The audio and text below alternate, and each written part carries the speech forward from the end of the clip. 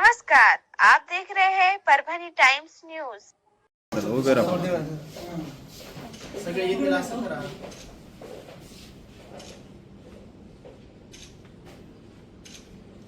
ठीक आहे, तुम्ही जरा लगेच जा. त्यांना ते चालले होते जेवायला. हां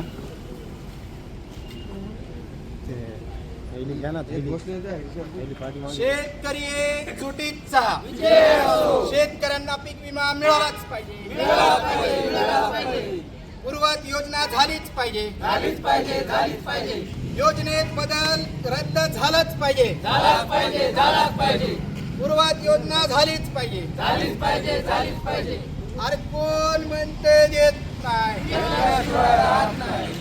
तसेच सेलू तालुक्यातील काही शेतकऱ्यांसोबत आम्ही सन्माननीय जिल्हाधिकारी यांना भेटलेलो आहोत आणि आम्ही सन्माननीय जिल्हाधिकारी यांच्या मार्फत मुख्यमंत्र्यांना विनंती केलेली आहे की जी योजना पहिली होती, योजनेमध्ये 3 ट्रिगर होते, योजनेमध्ये शेतकऱ्यांचा फायदा होता. आज तुम्ही जी काही कॅबिनेटमध्ये बैठक घेऊन योजना बंद करण्याचा या ठिकाणी घाट पाडलेला आहे, ती योजना आम्हाला मान्य नाही. आम्हाला पूर्वी जशी योजना होती, प्रतिकूल परिस्थितीला पैसे देत होतात, 25% अग्रिम येत होतं, पूर परिस्थितीला आम्हाला शासनाने पैसे देत होतं, पीक विमा कंपनी पैसे देत होती. ही पीक विमा योजना शेतकऱ्यांच्या फायद्याची होती.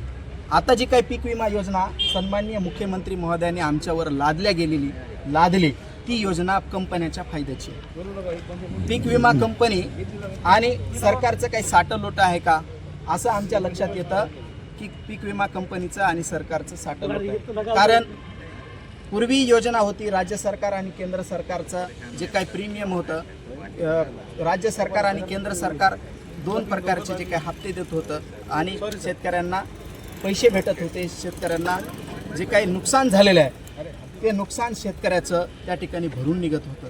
आता पीक विमा कंपनीमध्ये जे काही बदल झालेत, पीक विमा कंपनीच्या जे काही योजनेत बदल झालेत, ते योजनेचे पैसे आमच्या शेतकऱ्यांपर्यंत येणार नाही. याच्याकरिता तसेच 2023 व 24च्या जे काही ट्रिगर्सच्या माध्यमातून आम्हाला पीक विमा कंपनीनं पीक विमा द्यावा याकरिता आम्ही विनंती केलेली आहे.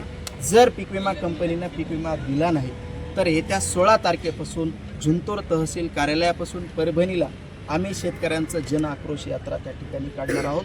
याची दखल, याची नोंद, याची त्या ठिकाणी असलेले जे काही प्रशासन आहे, पोलीस प्रशासन असेल तसेच जिल्हा प्रशासन असेल, त्यांनी आमची नोंद घ्यावी आणि येत्या आता 10 दिवस शिल्लक आहेत, 10 दिवसामध्ये आम्हाला पीक विमा योजनेअंतर्गत पीक विमा द्यावा ही विनंती आम्ही त्या ठिकाणी केलेली आहे.